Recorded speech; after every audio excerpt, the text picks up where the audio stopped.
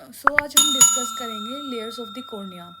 Cornea एक transparent watch glass like structure होता है जिसकी थिकनेस सेंटर में होती है 0.5 to 0.6 mm and in the periphery it is 1 to 1.2 mm thick. इसका रिफ्रैक्टिव इंडेक्स 1.376 होता है और ये आउटर कोट के 1/6 पार्ट को कवर करती है।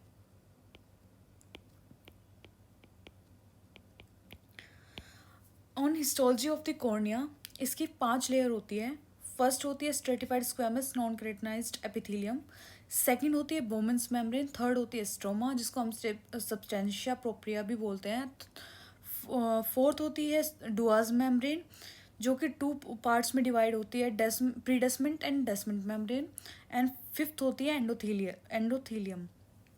जो हमारी फर्स्ट लेयर होती है stratified squamous non keratinized epithelium, इसके अंदर 2 टाइप के सेल्स प्रेजेंट होते हैं।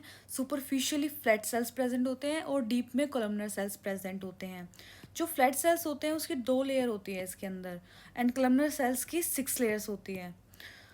इसके अंदर जो टाइट जंक्शन प्रेजेंट होता है वो टीयर फ्लूइड का पेनिट्रेशन को कंट्रोल करता है स्ट्रोमा के अंदर जाने से। फिर इसके बाद आती है हमारी सेकेंड लेयर बोमेंस मेम्ब्रेन जो कि कंडेंस्ड कोलेजन फाइबर से बनी होती है और इसकी जो थिकनेस होती है वो 12 माइक्रोन होती है। एंड ये एक बार अगर इसको डैमेज हो जाता है ये कभी रीजनरेट नहीं कर पाती है। Now we are going on third layer of the cornea which is stroma और also known as substantia propria. इसके अंदर 3 टाइप ऑफ सेल्स प्रेजेंट होते हैं और 2 type of collagen fibres present होते हैं। जो सेल्स होते हैं वो होते हैं केराटिनोसाइट, मैक्रोफेजिस एंड हिस्टोसाइट्स।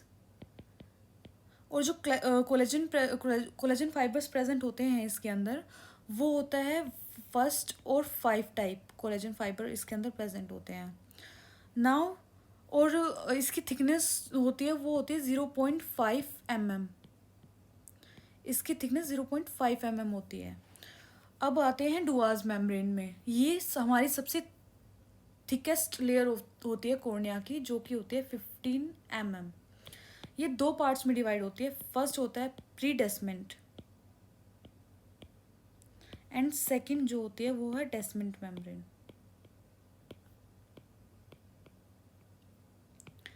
जो फर्स्ट लेयर होती है प्रीडेस्मेंट होती है वो एसेलुलर स्ट्रक्चर होता है। ये पूरा इसके अंदर कोई भी ब्लड सप्लाई नहीं होती है।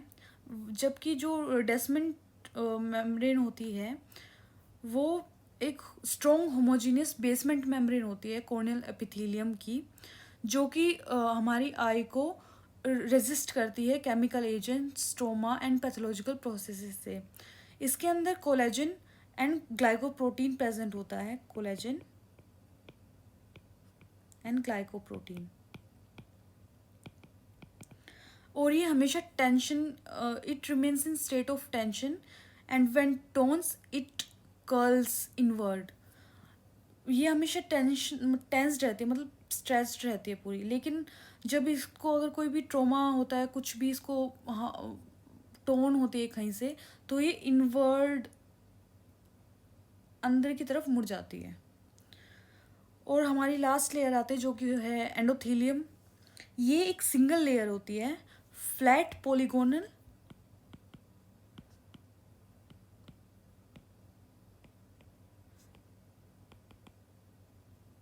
एपिथेलियल सेल से बनी हुई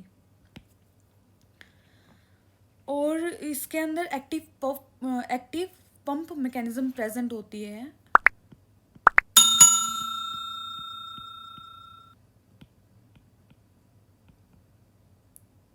जो कि कॉर्निया को डिहाइड्रेट करने में हेल्पफुल होती है बहुत ज़्यादा। और जो कॉर्निया की ब्लड सप्लाई होती है वो एंटीरियर सिलेरी वेसल से होती है जो कि पेरिफेरी पे प्रेजेंट होती है सिर्फ, और वो भी 1 mm की थिकनेस के अंदर अंदर सिर्फ। और जो नर्व सप्लाई होती है वो कॉर्निया हमेशा नर्व सप्लाई होती है इसकी लॉन्ग सिलियरी नर्व,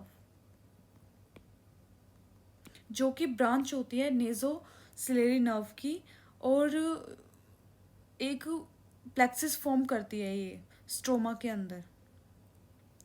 सो आज के लिए हम यही डिस्कस करेंगे लेयर्स ऑफ द कॉर्निया।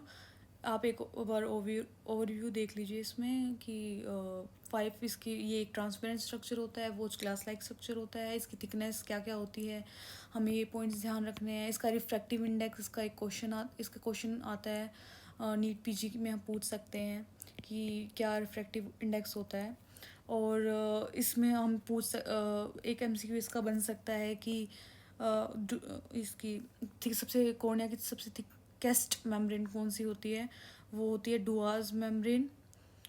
और फिर हम अगर ऑप्शन में ना आए कि लिख दे कि डुआज की जगह लिख दे कि प्री डेसमेंट और डेसमेंट, तो हम प्री डेसमेंट को ही हमेशा मार्क करेंगे, क्योंकि हम उसको भी सिर्फ डुआज मेम्ब्रेन भी हम नोन करते हैं।